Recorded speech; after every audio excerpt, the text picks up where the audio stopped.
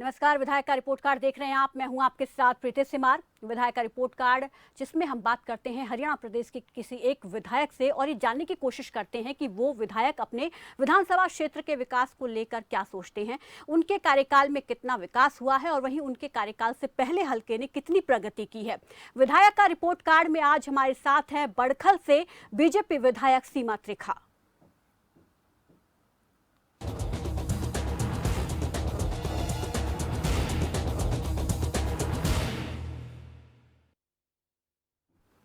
तो बड़कल से बीजेपी विधायक सीमा त्रिखा से आज हम सीधा सवाल करेंगे और ये जानने की कोशिश करेंगे कि आखिर उन्होंने पिछले 7 सालों में हल्के के विकास के लिए क्या कुछ काम किया है, यहाँ की समस्याओं को उन्होंने कितना देखा है, कितना समझा है, ये उनसे जानने की कोशिश करेंगे। और साथ ही साथ आपको बता दें कि सीमा त्रिखा जो है वो दूसरी बार यहाँ से विधायक चुनकर आई हैं। 2014 में वो पहली बार यहाँ से विधायक बनी थी। उसके बाद 2019 में उन्होंने कांग्रेस के विजय प्रताप को हराकर यहाँ से जीत हासिल की थी। हालांकि ये जीत आसान नहीं रही थी क्योंकि काफी कांटे का मुकाबला दोनों के बीच में रहा था, लेकिन उन्होंने विजय प्रताप को मात देकर इस सीट से दोबारा से जीत हासिल की। और पिछले 7 सालों में उन्होंने क्या कुछ काम किया है, ये उनसे आज हम सीधा सवाल पूछेंगे, जानने की कोशिश करेंगे।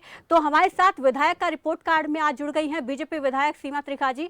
सीमा जी नमस्कार, बहुत बहुत स्वागत है आपका विधायक का रिपोर्ट कार्ड में। राम राम जी, नमस्कार जी, कार्यक्रम को आगे बढ़ाएंगे, लेकिन उससे पहले आपके हलके की जनता क्या कहती है विकास को लेकर, पहले वो दर्शकों को सुनवा देते हैं। बलवीर जी, कितने विकास कार्य 2 साल में विधायक जी ने करवाए हैं? ये नाली बनवाई है और ट्रेन लगवाई है। इसके अलावा और कोई समस्या है? और कोई समस्या ना। भैया कुछ भी ना, एक ही रोड तो बना बस। और नहीं पानी की बिजली की इतनी तंग रात बैठे रहे पंखा न लेकर। सीवर की समस्या को सेवर की भी बहुत है। अरे वो ज्यादा तो दिक्कत हो गया, वो पानी की वजह से पानी की वजह से ज्यादा दिक्कत है। पानी की समस्या है, या नाले का पानी भर जाता है सड़क पे। यहाँ हमारे घर में हम ड्यूट जाते हैं, हम ड्यूट जाने आगे पानी घर में भी घुस जाता, ये ओवरफ्लो हो जाता पानी जी। ये नाला टूटा पड़ा इसकी वजह से ओवरफ्लो हो जाता है। हाँ जी। और इसके अलावा और कोई समस्या? ना अब तो कुछ नहीं है। तो सुना आपने, लोगों ने समस्याएं बताई हैं, कुछ लोगों ने ये भी कहा है कि 7 साल में काफ़ी काम विधायक ने किए हैं यहाँ पर। तो चलिए सीधा अब सवाल यहाँ पर करते हैं उनके विधानसभा क्षेत्र को लेकर सीमा त्रिखा से। सीमा जी, आपने लोगों की समस्याएं सुनी, सबसे पहला सवाल यही है, 7 साल आपको हो गए विधायक के तौर पर यहाँ पर काम करते हुए, काम कई किए हैं, लेकिन इसके बावजूद भी कुछ कॉलोनी, कुछ इलाके ऐसे हैं जहाँ पर आज भी समस्याएं बरकरार हैं, उन पर आपने ध्यान नहीं दिया। आखिर वो कब दूर होंगी, ये आपसे हम जानना चाहेंगे। वो क्यों रह गए वंचित? सबसे पहले तो मैं आप लोगों का धन्यवाद करना चाहती हूँ कि मुझे मौका मिला, और साथ ही साथ इस चीज की बधाई देना चाहती हूँ कि 2500 दिन मनोहर सरकार के हरियाणा की सेवा को पूरे हुए हैं।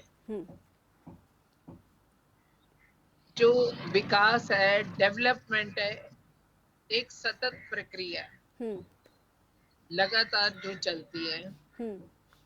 और जिन हालात में मुझे बड़कल मिली, उन हालात को 5 साल में मैंने कैसे बदलने का प्रयास किया, मैं एक छोटा सा उदाहरण दूंगी आपको जी।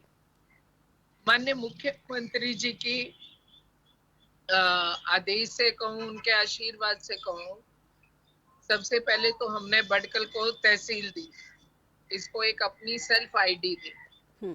उसके बाद में फरीदाबाद की जो बड़कल विधानसभा है, इसमें लगभग 80% सड़कों का निर्माण करवाने में कामयाबी मिली। हमारे पास नजदीक में इसी विधानसभा में सबसे बड़ी जो जगह है, वो जगह हम सूरजकुंड को मान लेते हैं। सूरजकुंड में अंतरराष्ट्रीय मेला लगता है। आपको हैरानी होगी कि जब 48 साल में पहली बार हमें मौका मिला, तो यहाँ पर सीवरेज लाइन भी नहीं डली हुई थी। जहाँ सूरजकुंड का मेला लगता है, वार्ड नंबर 21 से जाना जाता है, लकड़पुर, शिवदुर्गा विहार, दयालपाड़, बहुत बड़ा एरिया। और यहाँ पर हमने 37 करोड़ की सीवरेज लाइन डाली, 10 करोड़ की पीने के पानी की लाइन डाली। पूरी तरह से पानी माफिया हावी था। फिर मैं आपको बताती हूँ कि हम लोगों ने जेसी बोस यूनिवर्सिटी के लिए काम किया। फरीदाबाद जो एक इंडस्ट्रियल टाउन है, उसके अंदर पासपोर्ट ऑफिस नहीं था। पासपोर्ट ऑफिस लाने का काम किया। मेट्रो कनेक्टिविटी गुड़गांव के साथ माननीय मुख्यमंत्री से डिमांड करी हमने, तो हमें वो मेट्रो कनेक्टिविटी मिली। इसके आगे और मैं आपको बताना चाहती हूँ कि बहुत छोटी छोटी चीजें पानी की लाइनें तक हमें बिछाने का जनता के एक आदेश के मुताबिक हमें एक सेवा का मौका मिला। अगर हम इसको पूरी विधानसभा को अपनी नजर से देखें तो इस विधानसभा में जो सबसे इम्पोर्टेंट इशू है वो ये है कि ये परसिमन से पहले इस विधानसभा को हम मेवला महाराजपुर के नाम से जानते थे। तो बडकल बनी। बडकल के अंदर लगभग 70% हिस्सा मेवला महाराज का है और 30% हिस्सा NIT विधानसभा का जो पुरानी थी। और उसके मुताबिक अगर मैं आपको जो चीजें बता रही हूँ बहुत अधिक, अब जैसे एक ठीक है सीमा जी, आप बता रही हैं कि आपने 7 साल में ये काम किया है, लेकिन कुछ कॉलोनी ऐसी हैं जो आज भी अछूती हैं सुविधाओं से, वहाँ पर अभी भी सुविधाओं का टोटा है, लोग परेशान हैं। मैं आपको एक बार संज्ञान में भी आपके लाना चाहूँगी जहाँ पर पानी सीवर की दिक्कतें हैं। इसमें इंदिरा कॉलोनी है, आदर्श कॉलोनी, जगदीश, फतेहपुर गाँव है और इसके अलावा अखनीर गाँव। ये गाँव है जहाँ पर लोग अभी भी सुविधाओं से वंचित हैं और उनकी भी ये मांग है कि यहाँ पर भी जल्द से जल्द काम किया जाए। तो क्या इनके और ध्यान नहीं दिया गया अब तक? नहीं, मैं आपको बताती हूँ जो हमारी आदर्श कॉलोनी है ये एक हमारी जिसे कहते हैं अचानक से पुराने समय में बहुत सारे लोग आकर के सरकार की जमीन पर बैठे, मतलब एक मान लीजिए एनक्रोच लैंड है। लेकिन इसके बावजूद भी इस कॉलोनी में सीवरेज की सुविधा दी गई, इस कॉलोनी में पानी की सुविधा दी गई। मेरे आने से पहले मैं 2005 में पार्षद भी इसी आदर्श कॉलोनी से थी, मेरे पास ये एरिया था। मेरे आने से पहले यहाँ पर ना तो इंटरलॉकिंग टाइल्स का कोई खड़ंजा था और सड़क तो बहुत दूर की बात है, ट्यूबवेल भी नहीं था। ट्यूबवेल भी ये लोग पानी के लिए साइकिल पे या रिक्शा पे गाड़ियां वो कैनी रख करके दूर से लेने जाते थे। तो ट्यूबवेल्स लगवाने का काम किया और अभी हाल ही में इस स्लम को हमने स्मार्ट सिटी के प्रोजेक्ट में लिया है, जो जल्द ही वो लोग इसका जो हमने विश्लेषण करना है, जो इसमें विकास करना है कि सड़क कहाँ से जाएगी, सीवरेज कैसे डलेगा, पानी की पीने की व्यवस्था कैसी होगी, निकासी कैसी होगी, वो सारा ब्यौरा देंगे। और आपने जहाँ फतेहपुर गांव की बात करी, मुझे बताते हुए बहुत खुशी हो रही है कि हरियाणा का पहला स्मार्ट विलेज फतेहपुर गांव बनेगा। और इसके अंदर मेरे पास अभी कोई ऐसी वीडियो क्लिपिंग नहीं है इस समय में। फतेहपुर के अंदर सीवरेज लाइन नई डल चुकी है, पीने के पानी की लाइन नई डल चुकी है, आधे उसमें सड़कें बन चुकी हैं, 3 वहां पर कम्युनिटी सेंटर्स नए बन चुके हैं और अभी 3 और बनने हैं। सीमा जी, आप इतने विकास कार्य इन इलाकों के गिना रही हैं, फिर लोग शिकायत क्यों कर रहे हैं? वो 2 बातें हैं। मैंने आपको बताया, जो आपने आदर्श कॉलोनी की बात करी, आदर्श कॉलोनी हमारा एक स्लम है। तो स्लम में हम लोग डी प्लान से कुछ करवा पाने में सक्षम होते हैं। आज वहाँ पर पूरा है, लेकिन एक चीज और है, जब नाले के ऊपर एनक्रोचमेंट हो जाती है, 2 घरों ने आगे एनक्रोचमेंट कर ली तो पीछे वाले घर में तो पानी जाएगा ही जाएगा, बैक मारेगा। तो ये आपसी निजी समस्याएं हैं। मैंने आपको फतेहपुर का बताया, ऑन रिकॉर्ड है। जो मैं बात बोल रही हूँ वो स्मार्ट सिटी के आप उससे निकलवा सकते हैं। तो उन लोगों के लिए मैं चाहूंगी कि आप हमारे चैनल के माध्यम से, इस कार्यक्रम के माध्यम से उन्हें भी कोई आश्वासन दे कि हाँ, उनके यहाँ पर भी काम होगा जो कि सुविधाओं से वंचित हैं अभी कॉलोनी। मैंने अभी आपको 2 बातें बताई कि वैसे तो अभी आप चंद रोज पहले माननीय मुख्यमंत्री जी ने बहुत सारी कॉलोनीज को पास भी किया।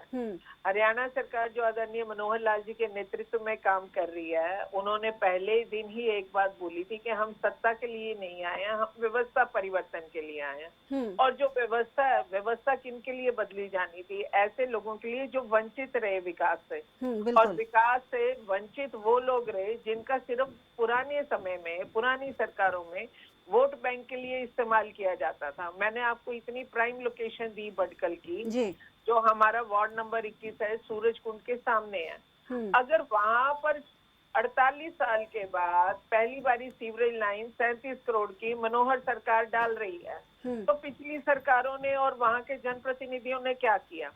अगर पानी की लाइन 10 करोड़ की मनोहर सरकार डाल रही है, तो पिछले 48 सालों में कौन सा विकास था जहां पर आपका पूरा विश्व का सबसे बड़ा मेला लगता है? तो मैं तो आपको इतनी सारी मैंने जैसे अब आपको जेसी बोस यूनिवर्सिटी बताई, ये हमारी भाकड़ी गांव है, भाकड़ी गांव में ये बनने जा रही है। आपको मैंने मेट्रो कनेक्टिविटी बताई हमारे गुड़गांव के साथ, तो ये हमारे भटकल का बहुत बड़ा एक जोन कवर करेगी। और हमने माननीय मुख्यमंत्री जी से 7 जून 2015 को जो रैली हुई थी, जब सरकार को बने हुए 7 महीने कुछ दिन हुए थे, तो वहां पर हमने ये मांग रखी थी कि फरीदाबाद और गुड़गांव परस्पर निर्भर करते हैं दवाई, पढ़ाई और कमाई के लिए, तो इनको मेट्रो कनेक्टिविटी दी जाए, जिससे डीजल भी बनेगा, ऑन रोड जो हमारा ट्रैफिक चलता है, जितनी गाड़ियां, पॉल्यूशन भी खत्म होगा जी। तो माननीय मुख्यमंत्री जी ने उस समय भी ये बात का आश्वासन दिया था, विश्वास दिलाया था। सीमा जी, आपने यहाँ पर मुख्यमंत्री के आश्वासन की बात की है, तो बड़खल झील को लेकर भी बात कर लेते हैं, जो कि आपके घोषणा पत्र में भी था और राज्य सरकार का ड्रीम प्रोजेक्ट भी है, और इसके लिए बजट भी यहाँ पर पास हुआ। इसको आप बेहतर तरीके से समझती हैं कि अगर ये दोबारा से विकसित हो जाती है तो बड़कल की जो तमाम समस्याएं हैं, जो आम समस्याएं हैं, वो पूरी तरीके से खत्म हो जाएंगी। तो ये ड्रीम प्रोजेक्ट हकीकत में कब तब्दील होगा? क्या ये कागजों तक सिमट कर रह जाएगा? मैं आपको एक बात की जानकारी देना चाहती हूँ। आपने बहुत सही सवाल पूछा मेरे से। ये जो प्रोजेक्ट है हमारा भटकल लेक का, ये बहुत जल्द पूरा होने जा रहा है। नंबर 1 बात कि इसका एसटीपी फरवरी में तैयार हो जाएगा, और इसकी जो लाइन कनेक्टिविटी है वो हम डाल चुके हैं। एसटीपी से लेक तक की हम लाइन डाल चुके हैं, और एसटीपी हमारा फरवरी तक तैयार हो जाएगा। और दूसरी बात मैं जोड़ना चाहती हूँ इसके जी, कि आज 54 साल का हरियाणा हो गया, और मुझे सबसे ज्यादा खुशी होती है जब मुझे कोई भी मीडिया का व्यक्ति, चाहे वो न्यूज़पेपर से हो, लिखित हो या लाइव मीडिया हो, जब वो भटकल झील का सवाल करते हैं तो मुझे इसलिए खुशी होती है कि आज पत्रकारों के जबान पर भी झील है। लेकिन 48 साल पहले तक ये झील का नाम कहीं सुनने को नहीं मिलता था। ये मनोहर सरकार के ही प्रयास हैं कि जब हमारे टूरिज्म मिनिस्टर हरियाणा के किसी इलाके में भी जाते हैं तो उनसे भी यही सवाल पूछा जाता है। दूसरी बात जो मैं इसके साथ जोड़ना चाहती हूँ वो ये बात है कि हम लोग वाटर बॉडीज को डेवलप करने के लिए बहुत संवेदनशील हैं, वो चाहे मोदी जी की सरकार हो केंद्र की, और या हमारी हरियाणा की मनोहर जी की सरकार हो। तीसरी बात मैं इसी के साथ झील के साथ जोड़ना चाहती हूँ कि फरीदाबाद और भटकल की तमाम जनता का मैं दिल से धन्यवाद करती हूँ कि उन्होंने भाजपा को 14 में और 19 में मौका दिया, नहीं तो भटकल झील में भी फ्लैट बने हुए मिलते। और क्योंकि जैसा पिछली सरकारों का रवैया रहा, जनप्रतिनिधियों का रवैया रहा, लकड़पुर में जितनी खाने थी उन सब में फ्लैट बना दिए गए, जबकि उनको मिट्टी से और सीमा जी दोबारा से जनता चुने, इसके लिए इसको जल्द पूरा करवाना होगा। तो कब तक ये पूरा हो जाएगा? आपने कहा कि इसमें और पाइपलाइन लगा दी गई है, तो कब तक इसको भर दिया जाएगा? क्योंकि ये भी एक समस्या सबके सामने है कि इसको भरना, हालांकि पहले ही डार्क जोन है आपका इलाका, और इसको भरना पानी की समस्या को मतलब और बढ़ाना है। इसको भरने के लिए फरवरी तक हम प्रयासरत हैं कि हमारा एसटीपी तैयार हो जाए, जैसा कि हमारा स्मार्ट सिटी के ऑफिसर्स और कॉन्ट्रैक्टर्स के साथ मीटिंग में एक हमने मंथ डिसाइड किया, तो हम उसमें प्रयास में लगे हुए हैं। जैसे ही एसटीपी तैयार हो जाएगा तो फिर उसमें वो सारा पानी जिसको हमने ट्रीट करके इसमें डालना है, उस पानी का ट्रीटमेंट स्टार्ट कर दिया जाएगा और वो पानी इसी लाइन के माध्यम से लेक में पहुंचेगा। जी। क्या आपने कभी वहां जाकर देखा है कि और कितना काम बाकी रह गया है, कितना नहीं? क्योंकि जो जानकारी हमारे पास है उसके तहत अभी तक काम शुरू नहीं हो पाया है वहां पर, केवल कागजों में शुरू हुआ है।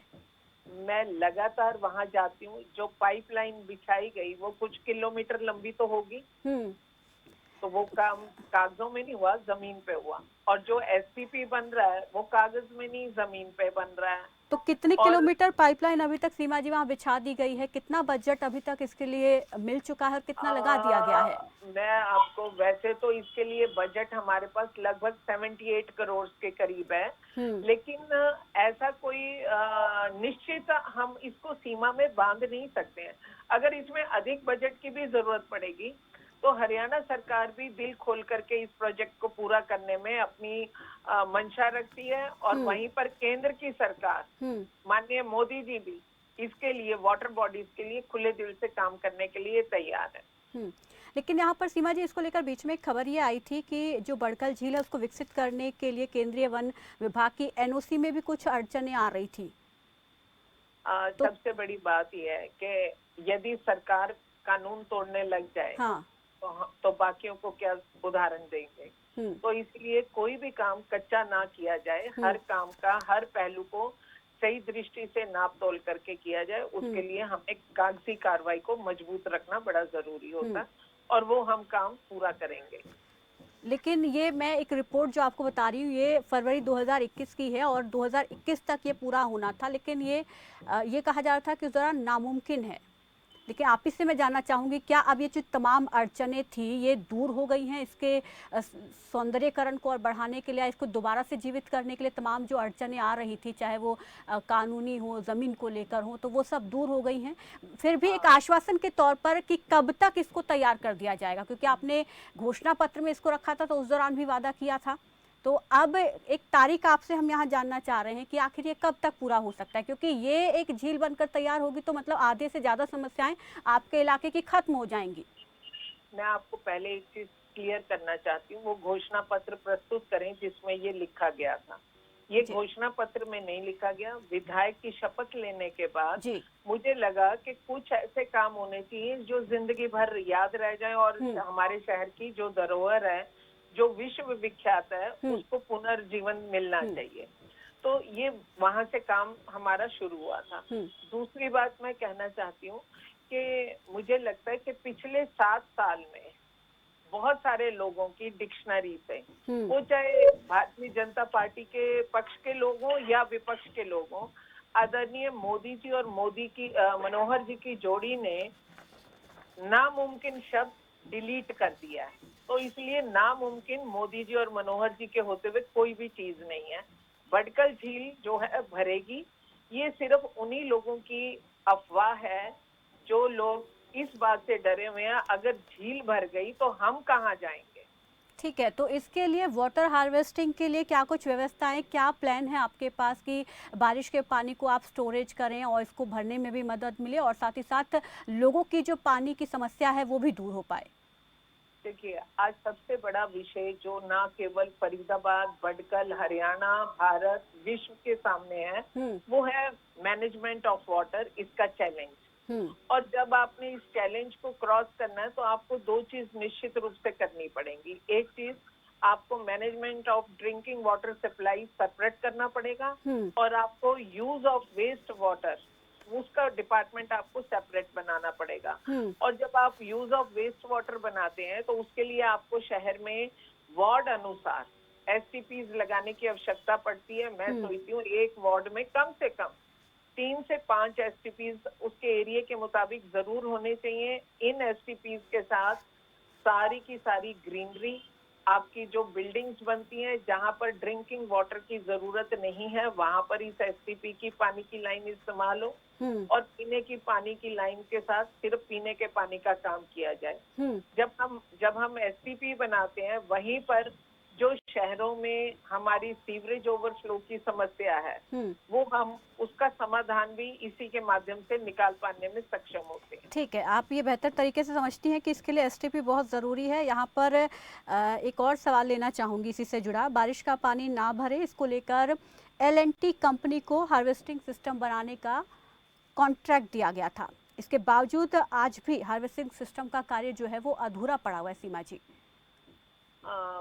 ऐसे है कि हमने बहुत सारे एरिया जो है चिन्हित किए हुए हैं। हाँ, कुछ जगह पर तो हम लोग रेगुलर बनाते हैं, और मैं इसमें इस चीज को मानने में भी पीछे नहीं हटूंगी जी। कहीं ना कहीं प्रशासनिक लापरवाही हमारी इसमें वाटर हार्वेस्टिंग में रह जाती है। लेकिन एक सबसे बड़ी चीज है, मैं ये मानती हूँ कि जो नेचुरल चीजें हैं, नेचुरल चीजों में पानी, हवा, आपकी सूरज की रोशनी, मिट्टी, ये बहुत सारी चीजें जिसे हम नेचर बोलते हैं जी। नेचर के लिए एक सामूहिक प्रयास होना चाहिए, और वो सिर्फ मानव जाति ही कर सकती है। उसके अंदर शासन, प्रशासन, पक्ष विपक्ष, हर व्यक्ति को सामूहिक रूप से सम्मिलित होना चाहिए, तभी इसमें हमें सफलता मिलेगी। ठीक है, आपने ये बहुत अच्छे से इस चीज़ को माना कि कहीं ना कहीं प्रशासनिक अमला इसके लिए लापरवाह दिखाई देता है, लेकिन ये सुनिश्चित कौन करेगा? आपके पास पावर है, आप क्षेत्र इलाके की विधानसभा की विधायक हैं, क्या आप इन चीज़ों को अपने स्तर पर नहीं देख सकती हैं कि खुद आप इसको लेकर बातचीत करें, इसको लेकर मीटिंग्स करें, ताकि ये चीज़ें सुनिश्चित की जाएं कि जहाँ पर भी लापरवाही है सख्त एक्शन लिया जाए? मैं आपकी इस बात से सहमत हूँ, और मैं ये कहना भी चाहती हूँ कि पिछले 7 वर्षों में जो वेस्टेज चीज को conversion into energy, any form of energy का काम जो मोदी मनोहर सरकार ने किया, वो 7 साल पहले किसी ने सोचा नहीं था। जो 7 साल में वाटर मैनेजमेंट पे काम किया गया, जो जल मंत्रालय बना दिया गया, जो हमारा एक स्लोगन निकल कर आया, एक नारा निकल के आया, हर घर में नल हो और हर नल में जल हो। हमने प्रयास किया कि हम पानी को लोगों को दें, हमने प्रयास किया कि हम वाटर बॉडीज को चिन्हित करें और उनको डेवलप करें। माननीय मनोहर लाल जी, मुख्यमंत्री हरियाणा ने तो पॉन्ड एक कमेटी भी बनाई हुई है, development of the pond system, एक कमेटी भी इसका हमने बना रखी है, जो कि पूरे हरियाणा में सुनिश्चित करता है कि जो पुराने हमारे, देखिए सरकारों के नजरिए का फर्क रहा है। पिछली सरकारों में जितने हमारे पॉन्ड थे, जो हमारे नदी, कुएं, तालाब बड़े बड़े थे, उन सबको सीएलयू में कन्वर्ट करके वहां पे बिल्डिंग्स बना दी गई। और वहीं दूसरी तरफ एक मुख्यमंत्री इस नजरिए का आता है जो कहते हैं कि जहां पर पॉन्ड है उसको रिवाइव करें हम। तो एक व्यवस्था ऐसी भी खड़ी करी गई है, और उसमें भी काम चल रहा। और एक और चीज होती है, जो प्रशासन भी होता है, ये भी अधिकारी जरूर है, अधिकारी होने से पहले एक इंसान भी है।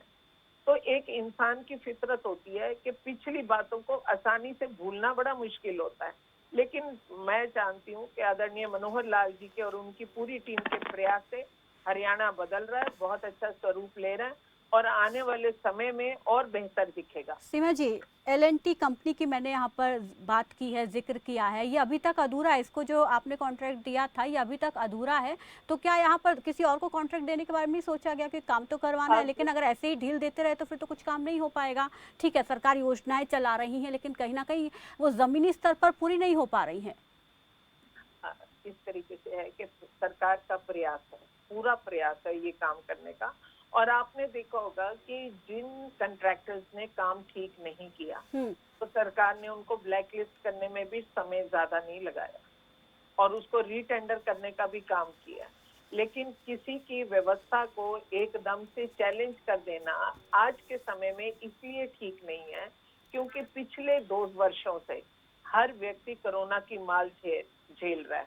ठीक है सीमा जी, यहाँ पर समय की भी कमी है, मैं यहाँ पर कुछ और सवाल लेना चाहूँगी। रोजगार को लेकर यहाँ पर मैं बात करना चाहूँगी। बड़कल विधानसभा में पहले काफ़ी इंडस्ट्रीज हुआ करती थी, हेलमेट बनाने की फैक्ट्री, इसके अलावा और भी कई सारी थी, लेकिन अब हम ये देख रहे हैं कि वो शिफ्ट होती जा रही हैं, या तो IMT जा रही हैं, बल्लभगढ़, पृथला, इन जगहों पर। ऐसा क्यों हो रहा है? क्या यहाँ पर सुविधाओं की, व्यवस्थाओं की कमी इसलिए शिफ्ट हो रही है, और इसको रोकने के लिए क्या प्रयास किए गए हैं? नहीं, सबसे बड़ी बात यह, बड़कल फरीदाबाद जिले का कोई अलग हिस्सा नहीं है, हम सभी एक हैं। और अगर सरकार निश्चित करती है कि ये वाला जोन जो है इंडस्ट्रियल जोन बनेगा, ये जोन एजुकेशनल हब बनेगा, ये जोन जो है अफोर्डेबल हाउसिंग के लिए बनेगा, इस जोन में रिलीजियस फंक्शंस के लिए हब बनेगा, तो इसमें बुरी बात क्या है? नहीं, लेकिन बड़खल से जाके दूसरे क्षेत्र में जा रही हैं फैक्ट्री, तो यहाँ के स्थानीय लोगों के लिए उन्हें मजबूरन दूसरे क्षेत्रों में जाना पड़ेगा। उनके पास अपने लोकल एरिया में कोई विकल्प नहीं है। नहीं, अपने हमारे बड़कल के अंदर हमारे पास कोई ऐसी जमीन नहीं है जिसे हम इंडस्ट्री के नाम करते हैं। आज का जो पोल्यूशन है उसके नॉर्म्स को पूरा करने के लिए यदि कोई इंडस्ट्रियल जोन में जाता है, फरीदाबाद के इंडस्ट्रियल जोन में जाता है, तो इसका मतलब है वो कंपनी या फैक्ट्री प्रोग्रेस कर रही है, तरक्की पर है, उसके पास इतना सक्षमता है कि वो वहाँ जमीन खरीद करके खुद की इंडस्ट्री वहाँ लगा रही है, तो इसमें कोई बुरी बात थोड़ी है। नहीं, स्थानीय लोगों के लिहाज से अगर देखा जाए तो उनके पास विकल्प अपने लोकल एरिया में नहीं है, उनको भी फरीदाबाद जाना पड़ेगा, आईएमटी जाना पड़ेगा।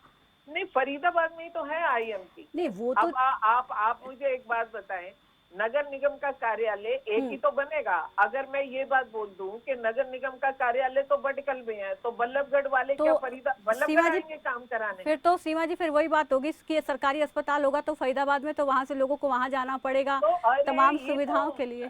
आप तो गजब बात कर रही हैं। अब बीके हॉस्पिटल है तो अलग विधानसभा क्षेत्र है ना सीमा जी, बड़खल एक अलग विधानसभा क्षेत्र, तो एक अलग पहचान है, अलग वहाँ के लोगों के लिए सुविधाएं हैं जी। मेरी बात सुन ले, अगर बीके हॉस्पिटल पूरे जिले में बड़कल में है, तो जब कोई वहां पर तिगांव वाला व्यक्ति आता है तो उसको ये कहा जाएगा कि तिगांव में तो सरकारी। ठीक है सीमा जी, समय की कमी, एक आखिरी यहाँ पर बात किसान आंदोलन को लेकर भी करना चाहूंगी। समय की कमी में जल्दी से जवाब दीजिएगा कि किसान आंदोलन को चले हुए 9 महीने हो गए हैं और किसान अपनी बात पर अड़िग हैं कि जब तक कानून रद्द नहीं होंगे आंदोलन खत्म नहीं होगा। सरकार बातचीत नहीं कर रही है, हल कौन निकालेगा और ऐसे क्या हल निकल जाएगा? सबसे पहली बात है, मैं इस बात को सिरे से नकारती हूँ कि पूरे देश में कहीं पर भी किसान आंदोलन पर नहीं बैठा है। किसान यदि आंदोलन पर बैठता तो देश की अर्थव्यवस्था चरमरा जाती।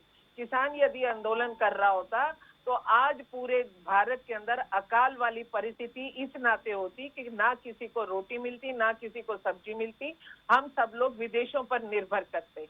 तो मैं इस बात को सरासर एक सिरे से नकारती हूँ कि जो हम जिसको सम्मान देते हैं, मेरी बात सुन लीजिए, जो हमारे लिए पूजनीय है, जिसका हम चरण स्पर्श करते हैं, हम जब सुबह उठते हैं अपने बेड से पैर नीचे रखते हैं, पैर नीचे रखने से पहले धरती माँ का हाथ लगा करके माथे पे चरण स्पर्श करते हैं धरती माता के, फिर पांव जमीन पर रखते हैं। तो जो ऐसा किसान रोज ये काम अपने खेतों में करता है, पहली बात यह वो कहीं पर भी धरने और आंदोलन पर नहीं बैठा है। माननीय मोदी जी की शब्दों में ये सभी वो लोग हैं जो आंदोलन जीवी हैं, जिनके पास करने को कुछ है नहीं है और ढोलक बजा रहे हैं। बात तो सिर्फ इतनी सी है कि कैसे भी मोदी जी और मनोहर जी का सिंहासन, जो सत्ता को उन्होंने सेवा का माध्यम बनाया, वो सेवा ठीक है। तो आप नहीं मानती हैं कि ये किसान हैं जो प्रदर्शन कर रहे हैं? बहुत बहुत शुक्रिया अपनी राय रखने के लिए इस पर, और बहुत बहुत शुक्रिया सीमा जी अपना कीमती समय खबर फास्ट को देने के लिए और तमाम मुद्दों पर बातचीत करने के लिए। तो आज विधायक का रिपोर्ट कार्ड में बड़खल से बीजेपी विधायक सीमा त्रिखा हमारे साथ जुड़ी हुई थी, जिन्होंने बड़खल झील को लेकर यहाँ पर कहा है कि जल्द ही इसको पूरा किया जाएगा, जल्द ही इसको पानी से भरा जाएगा जो कि सूखी हुई है, और ये पानी से भरे जाने के बाद जो तमाम समस्याएं हैं उनको भी दूर करने का प्रयास यहां पर सरकार की तरफ से किया जा रहा है। तो फिलहाल विधायक का रिपोर्ट कार्ड में आज के लिए मेरे साथ बस इतना ही। कल फिर हाजिर होंगे नए विधायक के साथ, तब तक के लिए आप देखते रहिए खबर फास्ट। नमस्कार।